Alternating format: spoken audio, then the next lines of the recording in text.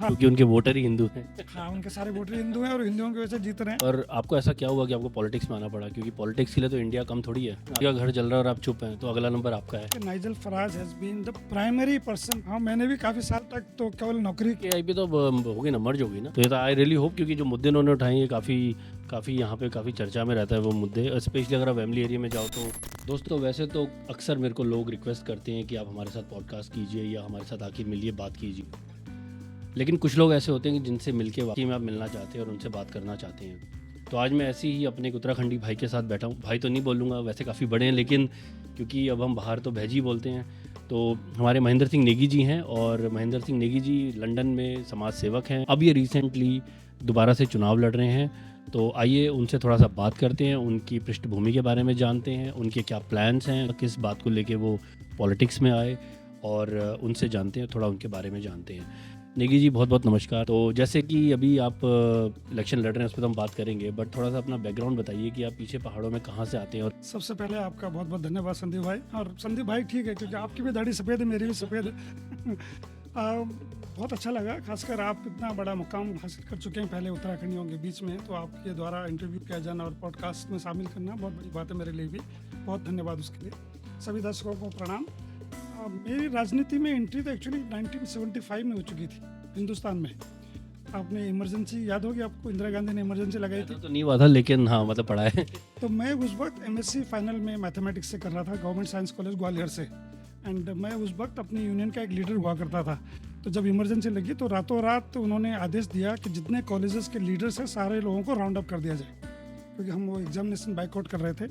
और हमको थाने में रखा गया रात भर के लिए, और फिर हमको बॉन्ड वॉन्ड देने के बाद उन्होंने छोड़ा। उसके बाद मेरा एक्चुअली पढ़ाई कम और जॉब का ज़्यादा सफ़र शुरू हो गया। मैं सेंट्रल एक्साइज में इंस्पेक्टर रहा साल भर, बैंक ऑफ बड़ौदा में प्रोबेशनरी ऑफिसर रहा, फिर धीरे धीरे सिटी बैंक में गया, आईटी में आया। उन्होंने मेरे को लंदन में भेजा, 2004 में आया था मैं यहाँ पे। उसके बाद पॉलिटिक्स थोड़ा कम ही रही, मगर मैं सपोर्ट करता रहा यहाँ पे कंजर्वेटिव पार्टी को। तब से 2004 से तो करीब करीब 20 साल। अब मैंने कंजर्वेटिव पार्टी की तरफ से इलेक्शन पे लड़ा था लास्ट ईयर ब्रेंट काउंसिल में वेम्बली सेंट्रल से। काफ़ी अच्छी परफॉर्मेंस रही, 50% से उनका वोटिंग शेयर मैंने इंक्रीज़ करवाया। अरे वाह, बड़ा लंबा आपका सफ़र रहा। तो उत्तराखंड में आप कहाँ से आते हैं?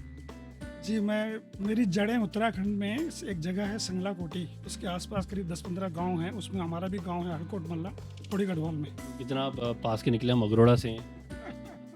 अच्छा, तो उत्तराखंड में भी आप पॉलिटिक्स में एक्टिव? नहीं, उत्तराखंड में तो मैं बचपन में जनसंघ के मेंबर हुआ करते थे, हम लोग शाखा वगैरह करते थे उस टाइम पे।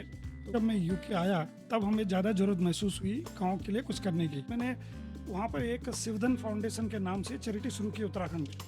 तो उसमें 2 चीज़ें मुख्य होती हैं। एक तो कंप्यूटर क्लासेस करवाते हैं बच्चों के लिए, क्योंकि स्कूलों में कंप्यूटर दिए हैं मगर वो लोग उसको टाइपराइटर के जैसा इस्तेमाल करते हैं, तो उनको कुछ शिक्षा दी नहीं जाती। तो हम 6ठी से लेके 16 साल तक के जो बच्चे हैं उनको हम कंप्यूटर सिखाते हैं। अभी 3 सेंटर चल रहे हैं वहाँ पे। उसके अलावा बुजुर्गों के लिए हमने वहाँ पे मेडिकल कैंप्स का प्रोविज़न किया हुआ है, क्योंकि वहाँ पे डॉक्टर है नहीं। वहाँ पे एक प्राइमरी हेल्थ सेंटर है मगर डॉक्टर नहीं है। तो हम ये जॉली ग्रांट हॉस्पिटल और जो हंसराज हॉस्पिटल है सतपुली में, फाउंडेशन वाला अस्पताल, जॉली ग्रांट देहरादून वाला। तो इनसे कभी कभी जब जरूरत पड़ती है, क्वार्टर में एक बार इनके कैंप आते हैं, 1 दिन के लिए आते हैं लोग, पूरा चेकअप करते हैं। जिनको ज़रूरत है ट्रीटमेंट की उनको अपने साथ ले जाते हैं और फिर छोड़ के जाते हैं। तो ये रूटीन चल रहा है हमारा, computer classes and medical camps. बहुत बढ़िया। ये तो एक ऐसी चीज़ है कि मस्ट रिक्वायर्ड है उत्तराखंड में। तो यूजुअली देखिए क्या होता है कि जब हम जैसे लोग जब इंडिया से आते हैं यहाँ, तो हम यहाँ की चकाचौंध में खोके मस्ती में लग जाते हैं। पर आपको ऐसा क्या हुआ कि आपको पॉलिटिक्स में आना पड़ा? क्योंकि पॉलिटिक्स के लिए तो इंडिया कम थोड़ी है। हाँ, मैंने भी काफ़ी साल तक तो केवल नौकरी की, जैसे कि फुल टाइम जॉब था। कम्युनिटी वर्क भी मैं करना चाहता हूँ, तो साथ में मेरा पॉलिटिक्स में भी इन्वॉल्वमेंट हुआ। तो यहाँ पर हमारे बॉब ब्लैकमैन हमारे एमपी हुआ करते थे हैरोड के उस टाइम, अभी भी हैं? उनके साथ बहुत काम किया। एक्चुअली ही शायद वो अकेले एमपी है जो हिंदू और हिंदुत्व की बात करते हैं। हमारे अपने इंडिया के लोग तो ज़्यादा बात नहीं करते इस बारे में, बट क्योंकि उनके वोटर ही हिंदू हैं। हाँ, उनके सारे वोटर हिंदू हैं और हिंदुओं की वजह से जीत रहे हैं। इनफैक्ट पूरा ब्रेंट हिंदुओं से भरा पड़ा है। तो उनके साथ रहा मैं काफ़ी दिन तक। और वो मेरी पॉलिटिकल एंट्री पिछले साल उन लोगों ने मेरे को रिक्वेस्ट किया कि मैं भी एक इलेक्शन लड़ूँ। हालांकि इलाका बहुत लेबर का गढ़ माना जाता है पूरा ये ब्रेंट जो है। आप सोच लीजिए उनके 60 में से 57 एमपी लेबर के हैं। ऑब्वियसली जीतने का तो सवाल नहीं। मैं देखिए ये बोलना कि जीतने का सवाल नहीं, मेरे हिसाब से लड़ना बहुत वो है। मुझे लगता है कि इस प्रदेश में आके उस देश में जो आज से 70 साल पहले जो हम पे राज करता था वहाँ के इस लेवल पे आना कि आप लेवल पे आना कि ब्रिटिश पार्टियाँ आपको टिकट दे रही है, आई थिंक यही बहुत बड़ी अचीवमेंट है। जी, बहुत बहुत बड़ी अचीवमेंट है। एक्चुअली मैं कंजर्वेटिव में तो मैं 2 एसोसिएशन के साथ इन्वॉल्व था। अभी हम लोग जब हम इंडिया से आते हैं, उत्तराखंड से आते हैं, तो हम 2 चीज़ों में देखते हैं। हम देखते हैं अपनी जन्मभूमि और अपनी कर्मभूमि, दोनों जगह के लिए हमारा अपना कर्तव्य होता है और इसीलिए यहाँ पर हिंदुओं की कद्र की जाती है। हमारे सनातनी लोगों को लोग इज्जत से देखते हैं। मगर फिर भी मैंने देखा कि धीरे धीरे कंजर्वेटिव में भी कुछ बदलाव आने लगा था, उनके पॉलिसीज़ में थोड़ा सा लीडरशिप। आपसे यही पूछने वाला था कि कंजर्वेटिव से रिफॉर्म में आने का क्या रीज़न रहा? तो यही मेजर रीज़न रहा कि मैंने देखा कि वहाँ लीडरशिप की कमी होने लगी है। पिछले 6 साल में 6 प्राइम मिनिस्टर बदल जाना। हमारे सुनक बहुत अच्छा काम कर रहे थे मगर उनको सपोर्ट नहीं दिया गया, ताकि उनको जाना पड़ा। अच्छे से नहीं गए वो लोग। और अभी भी जो उनके लीडर हैं उनका भी कोई भरोसा नहीं कि कितने साल टिकेंगे। ऊपर से उनकी जो पॉलिसी है थोड़ा सा टुवर्ड्स लेबर मूव कर रहे हैं। अपीजमेंट की पॉलिसीज़ हैं, टॉलरेंस जो है कुछ अगेंस्ट फॉर एग्जांपल अब हम लोग चर्चा सुनते हैं, ग्रूमिंग गैंग के बारे में बातें होती हैं ना। ये पिछले 15-20 साल से चल रहा है काम। और हमारी कंजर्वेटिव पार्टी की गवर्नमेंट हुआ करती थी 14 साल, तो उनको भी ब्लेम लेना चाहिए। 92 में शुरू हुआ था ये जो ग्रूमिंग गैंग वाला जो केस आया था, तो उसके बाद जब इन्वेस्टिगेशन चली तो उसके बाद 98, 99 फिर 2003-04 में दोबारा से रीसरफेस हुआ। तो फॉर सम रीज़न उस इंक्वायरी को दबा दिया गया या लाइमलाइट में नहीं आई। बट लेकिन दोबारा से 2012-13 के बाद फिर से ये सरफेस हुई इशू। लेकिन अगर मैं डेटा की बात करूं तो ऑलमोस्ट 78 to 79% जो ये क्राइम अगेंस्ट जो चाइल्ड है तो उसमें वाइट आते हैं, और जो नॉन वाइट हैं तो उनमें आपको ही पता है प्रीडोमिनेटली एक ही कम्युनिटी जो है वो लीड कर रही है। जो कमिट कर रहे हैं, बट जो सफ़र कर रहे हैं, हमें अभी लगता है कि खाली वाइट लोगों ने सफ़र किया, बट ये सही नहीं है। हम लोगों की कम्युनिटी क्या है, हमारे लोग दबाते हैं बातों को, वो रिपोर्ट ही नहीं करते। तो हमारे लोगों के साथ भी इस टाइप की चीज़ें हो रही होंगी बच्चों के साथ स्कूलों में। कहते हैं ना कि पड़ोसी का घर जल रहा है और आप चुप हैं तो अगला नंबर आपका है। एब्सोल्युटली। तो इसीलिए मुझे लगता है कुछ ज़्यादा स्ट्रिंजेंट कार्रवाई करनी चाहिए। और फिर मेरे को फॉर्चुनेटली ये पार्टी सामने मुझे मिली और मैंने रिसर्च किया उनके ऊपर। शुरू में उनको एक रेसिज्म का इस टाइप का लेबल लगाने की आई थिंक वो क्योंकि नाइजल फराज का थोड़ा सा बड़ा स्ट्रॉन्ग व्यू रहा है ब्रेक्जिट को लेकर भी, तो आप उसकी किस बात से प्रभावित हो? तो मैं तो इसको इस ढंग से देखता हूँ कि Nigel Farage has been the primary person to move Brexit. बाद में Boris Johnson and so many other people took away the credit, but इसका खास काम जो किया वो नाइजल फराज ने किया।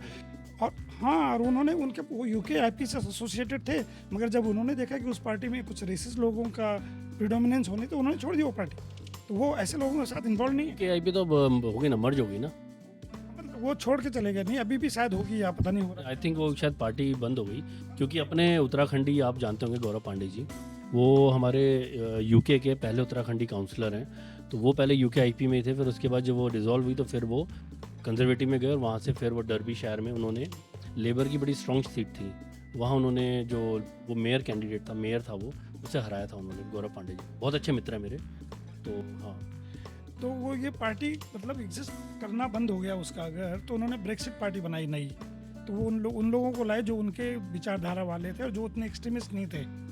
और ब्रेक्सिट पार्टी को ब्रेक्सिट होने के बाद अभी ये रिफॉर्म पार्टी करके इस बार तो काफ़ी अच्छा करा है, कुछ उनके एमपीज भी बने। बहुत बढ़िया कर रही है। पहले साल में ही 5 एमपी हैं उनके। और अभी in terms of membership reform is ahead of Conservative as well as Labour. 200,000 plus हो गए मेंबर्स उनके। मुझे उनके एक चेयरमैन मिले थे, उनके जो आई थिंक उनके हैरो यूनिट के चेयरमैन थे, वो मुझे मिले थे कई 5-6 महीने पहले। तो उन्होंने मेरे से संपर्क किया ड्यूरिंग क्रिसमस एंड फिर उन्होंने मेरे को उनके अपने लोगों से मिलाया इधर ब्रेंट वालों से, and they insisted that I join them. अब मैं भी सोच रहा था कि मुझे भी थोड़ा सा इधर से चेंज चाहिए था, क्योंकि ये मुझे इनका सबसे पहले पसंद जो आया, एक तो नाइजल का attitude. He is not scared to call spade a spade. जो बात है उसको सही बोलना उनको आता है, डरते नहीं है वो। तो आपको काफ़ी टाइम यहाँ रहते हुए हो गया, और इश्यूज़ यहाँ के आपके हिसाब से क्या हैं और क्या आप जनता से वादे कर रहे हैं और कैसे पूरे करेंगे? जी, बहुत साल हो चुके हैं, 20 साल से ऊपर हो गया मुझे यहाँ रहते हुए, और मुझे सारे इश्यूज़ पता हैं। और इसलिए नहीं पता है कि मैं खाली यहाँ पे एक सिटीज़न करके रहा हूँ, मैं बहुत एक्टिव हूँ यहाँ की एक्टिविटीज़ में। मैं ब्रेंट में 3 स्कूल्स में गवर्नर हूँ। ब्रेंट के मैं 2 पैनल्स में हूँ, उनका जो स्कूल एडमिशन पैनल होता है और उनका स्कूल एक्सक्लूजन पैनल्स होता है, उसमें भी मैं मेंबर हूँ। उसके अलावा मैं एक वार्ड में वार्ड पैनल का चेयरमैन हूँ। हम लोग वार्ड पैनल में क्या होता है कि आपके जो पुलिस वाले होते हैं उस इलाके के, वो फिर आपके जो जो काउंसलर हैं उस इलाके के वो, और प्लस ब्रांड के रिप्रेजेंटेटिव और लोकल कम्युनिटी के लोगों को नॉमिनेट किया जाता है, और हम लोगों की मीटिंग्स हुआ करती हैं कई बार महीने में एक बार या 3 महीने में, डिपेंडिंग ऑन नीड। तो वहाँ पर हमें सब इश्यूज़ पता लगते हैं। तो सबसे बड़े तो यही हैं, ब्रांड काउंसिल चूँकि प्रिडोमिनेटली लेबर है, उनको तो जब इलेक्शन होते हैं उसके 3 महीने पहले जागना शुरू करते हैं वो लोग। बाकी सड़कों की हालत ख़राब, गड्ढे भरे हुए हैं जगह जगह, कचरा जगह जगह भरा हुआ है, यहाँ तक कि कई बार रातों में अब ये लोग शराब पी करके दंगे करने शुरू कर दिया लोगों ने, अब खुलेआम रोड्स में होता है। तो ये सारे लोकल इश्यूज़ हैं। उसके अलावा सबसे ज़्यादा इश्यूज जो आजकल लोगों को परेशान कर रहे हैं ब्रांड में, सारे ब्रांड की बात कर रहा हूँ मैं, वेम्बली में, बटन में, सडबरी में बड़े बड़े टावर बनाए जा रहे हैं ना। ये सब हो रहा है because of that illegal immigration that this country is suffering from. Immigration हमारा नेशनल इश्यू है, ये काउंसिल का इश्यू नहीं है, मगर इसका काउंसिल पे असर पड़ता है क्योंकि ये ब्रांड कुछ ज़रूरत से ज़्यादा ओवर एक्ट करते हैं, ज़्यादा वॉलंटियर करते हैं उन लोगों को यहाँ बसाने के लिए। आप देखिए वेम्बली सेंट्रल देखिए, आप चारों तरफ, या एल्पर्टन देखिए, इतने बड़े बड़े टावर बने हैं कि लोग शिकायत करने लगे उनको धूप नहीं मिलती वहाँ पे। That is part 1। पार्ट 2, वहाँ पर जितने टावर ये लोग बना रहे हैं उनमें किसी में पार्किंग नहीं है। ये शायद समझते हैं कि वो लोगों के पास कभी गाड़ियाँ नहीं होंगी, कहाँ वो गाड़ियाँ रखेंगे, कहाँ वो गाड़ियाँ पार्क करेंगे, फैसिलिटीज़ उस हिसाब से नहीं बढ़। अभी तो इतनी महंगी देते हैं पार्क, या बहुत मुश्किल हो रहा है ही नहीं, पार्किंग अवेलेबल ही नहीं है कहीं पार्किंग। तो लोग दूर दूर जा करके तो 15-20 मिनट तक जाके वहाँ पार्क करके आते हैं, फिर पैदल चल के आते हैं। तो ये सब चीज़ें जिसके ऊपर मैं ज़रूर प्रेशर डालूंगा उन पर। फिर जब ये बिल्डरों को इतना पैसा देते हैं, ऑब्वियसली उनकी इनकम का एक जरिया है, उनसे कुछ लेवी वगैरह भी लेते हैं, मगर वो लेवी का इस्तेमाल कहाँ होता है कुछ पता नहीं है। कायदे से उसको उन्होंने यूज़ करना चाहिए वहाँ पर लोकल पार्क, ग्रीनरी डेवलप करने के लिए, कुछ नहीं होता है। सब चीज़ें जैसी की तैसी हैं, खाली बिल्डिंग खड़ी हो गई वहाँ पे। तो इन सब चीज़ों के खिलाफ मैं मुहिम चलाऊँगा, और मेरे को कई वोटर्स मिले हैं जिन्होंने बताया कि उनके क्या इश्यूज़ हैं, तो उन इश्यूज़ को हैंडल करने की कोशिश करूँगा। Fortunately because of my ward panel का एक्सपीरियंस, मुझे मालूम है कि काउंसलर तो मैं अकेला रहने वाला हूँ उस पूरी काउंसिल में, तो ज़्यादा मेरा जोर है नहीं, मगर वार्ड पैनल के थ्रू मैं उसको ज़्यादा इन्फ्लुएंस कर सकता हूँ। क्या है कि लोकल मुद्दे आपको पता है तो उसको और आप एक अच्छा सा पुश देंगे।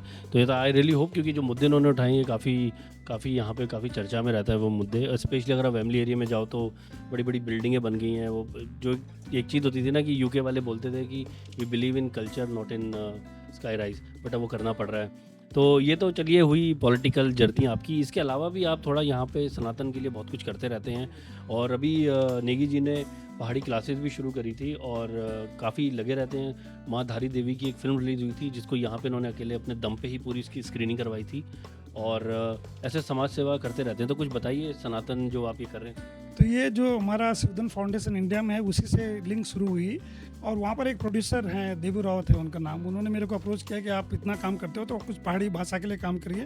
मैंने कहा बताइए क्या करना है। उन्होंने बोला फिल्म सब हमें सपोर्ट करो। तो मैंने कहा अगर आप धार्मिक फिल्में बना रहे हैं तो मैं ज़रूर सपोर्ट करूँगा। तो मैं उसमें धारी माँ में मैं को प्रोड्यूसर था, और उसको हमने यहाँ 8 जगह दिखाया। 8 दिन के लिए उनको बुलाया था मैंने, डायरेक्टर को यहाँ पे, और हमने बर्मिंघम से शुरू करके बर्मिंघम, नॉटिंघम, लीस्टर, उसके बाद लंदन के अंदर हमने उसको वेम्बली, हैरो, हॉन्सलो, स्लॉव, और एक शो हमने नेहरू सेंटर में भी करवाया था उसका। तो ये पूरा चैरिटी था। हमें हालांकि मंदिर तो कुछ फ्री नहीं देते नहीं है, मंदिर में आपको पैसा देना पड़ता है, उनका हॉल एंगेज करने के लिए खाने पीने का सारा खर्चा करना पड़ता है। But it was a very satisfying experience कि हमारे हर जगह ऑन एन एवरेज 50 से 70-80 लोग, और स्लॉव में तो करीब 100-150 लोग आए थे। पूरी उनकी जो काउंसिल वाले हैं सब लोग आए थे। तो वो मैंने शुरू किया।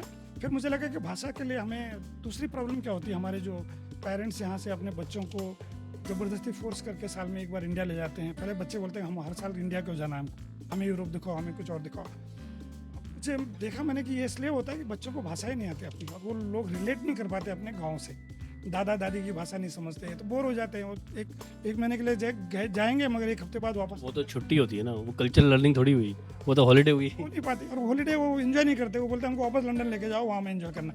तो उसका हमने एनालाइज किया और हमें लगा कि भाषा सबसे बड़ा एक व्यवधान हो रहा है हमारे यूके में, यूनाइटेड किंगडम। उत्तराखंड को भी यूके बोलते हैं। तो यहाँ के यूके में बहुत सारी संस्थाएं हमारे यूके की, और सभी अपना अच्छा काम कर रहे हैं अपने अपने एरिया में अपनी, मगर उनका focus primarily cultural and social है।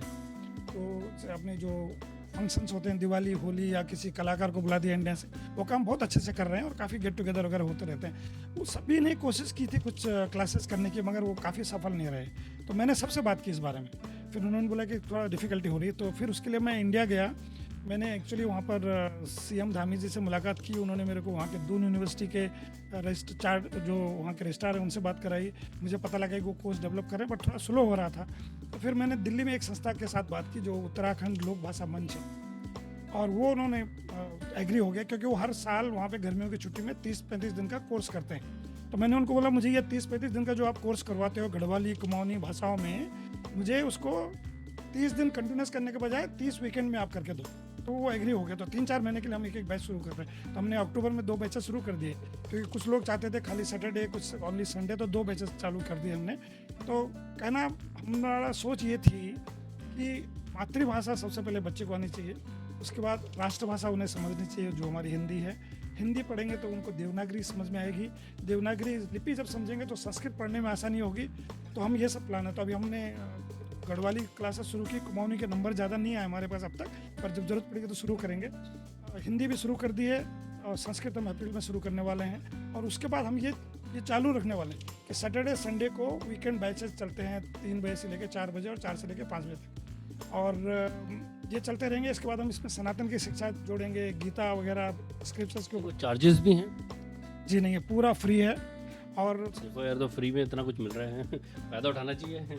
और नहीं, सबसे ज़रूरी इसलिए था क्योंकि लोगों ने बताया कि मंदिरों में भी होती हैं कुछ कुछ क्लासेस, पर हर एक आदमी मंदिर नहीं जा पाता। हर एक मंदिर नहीं जाता, और मंदिर में हर मंदिर में गढ़वाली नहीं पढ़ाएंगे या कुमाऊनी पढ़ाएंगे। तो हम उसको, और हम ये गढ़वाली की खाली क्लासेस नहीं कर रहे हैं। हमारे जो टीचर्स हैं ना, बड़े विद्वत जन हैं। एक डॉक्टर कुसुम हैं भट्ट, वो मतलब गाना भी गाते हैं, उन्होंने PhD कर रखी है तो अपनी पहाड़ी संगीत में। और एक बेदवाल जी हैं, वहाँ पर वो कई गढ़वाली फिल्मों में एक्टिंग भी कर चुके हैं, तो बड़े अच्छे नाम हैं।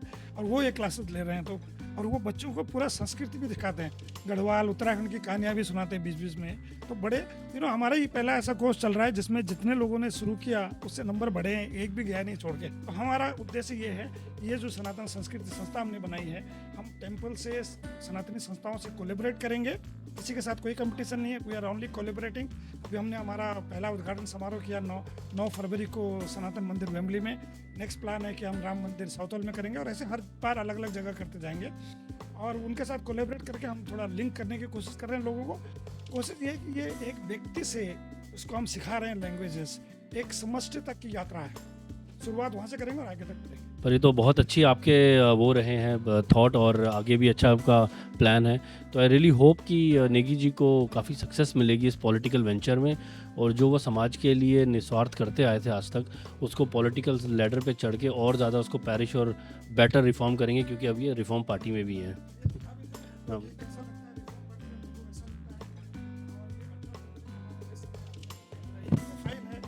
यहाँ 20 साल का एक्सपीरियंस IT एंड बैंकिंग का, और ये सारे मुद्दे मैंने कवर करने की कोशिश की। पलपटन वार्ड वालों, सोच समझ के जो लगे आपको कि नेगी जी की बातें सुन के और उनका पिछला काम देख के, आप ज़रूर सोच समझ के नेगी जी को सपोर्ट करें। बहुत बहुत धन्यवाद नेगी जी, बेस्ट पॉडकास्ट में आने के लिए बहुत बहुत धन्यवाद आपका, और really good luck for your political.